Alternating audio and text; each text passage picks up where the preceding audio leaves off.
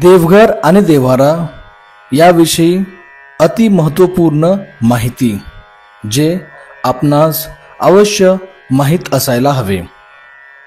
देवघर हे स्वतःच्या पैशाचेच असावे। देवघर हे लाकडी असावे। देवघराला कमीत कमी 3, 4 किंवा 5 पायऱ्या असाव्यात। देवघराला कळस नसावा। देव्हारा ईशान्य दिशेत पूर्व मध्य उत्तर मध्य या ठिकाणी ठेवलेला चालतो। देवघर आणि देव किचन ओट्याखाली कोपऱ्यात कोनाड्यात भिंतीत टांगलेले असे नसावे। देवघराला देवांना जागा नसेल तर खाली स्टँड फिट करा आणि त्यावर देव्हारा ठेवावा। देवघरावर कोणतीच वस्तू ठेवू नये। ठेवली तर आपल्यावर कर्जाचा डोंगर निर्माण होतो। फक्त एक पिरॅमिड चालतो। लाकडामध्ये साग, चंदन, औदुंबर, शीसम, वड, पिंपळ, आंबा, खैर, कडुलिंब, देवदार वृक्ष या झाडांपासून देवघर बनवलेले चालते। देवघर देव्हारा व्यवस्थित केल्यानंतर आपल्या 50% समस्या सुटतात। वेगळे झाल्यावर लगेच आपण आपला देव्हारा नीट करावा। देव बनवून घ्यावे। कुलधर्मानुसार जेव्हा पक्वान्न वेगळे शिजवले जाते, किचन वेगळे होते, त्यावेळी देवघर देव हा विभाग वेगळा होतो।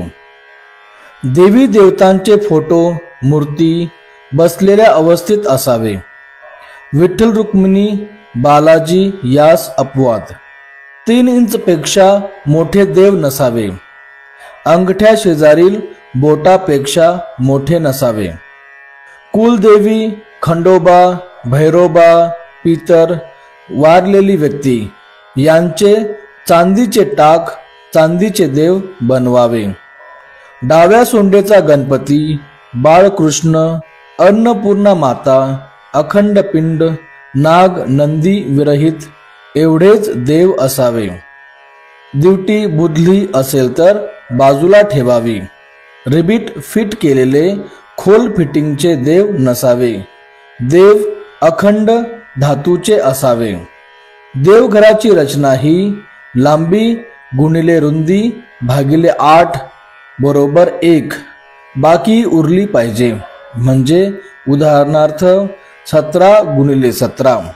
भेट आलेले देव देव्हारा, सापडलेले देव, भग्न झालेले देव, बुडीत घराण्याचे ज्यांचा वंशज खंड झाला, बक्षीस मिळालेले पोकळ देव, मुंजा, अविवाहित व्यक्ती, वीर यांचे टाक, माशी लागलेले, लंगराच्या कड्या, शनिदेव, उभे असलेले देव, भगवान शंकर पार्वती माता यांचा एकत्र फोटो, देवीचे पाय उघडे असलेले फोटो, युद्धाचे फोटो, मुंजाचा फोटो, चांदीचा टाक, गुरु शिष्यांचा एकत्र फोटो, मूर्ती, नाग नंदी एकत्र असलेले पिंड, मारुतीचा फोटो, लग्नपत्रिका, घराला लावलेले देवतांचे स्टाईल्स फोटो, लग्नात मिळालेले देव घरामध्ये ठेवू नये।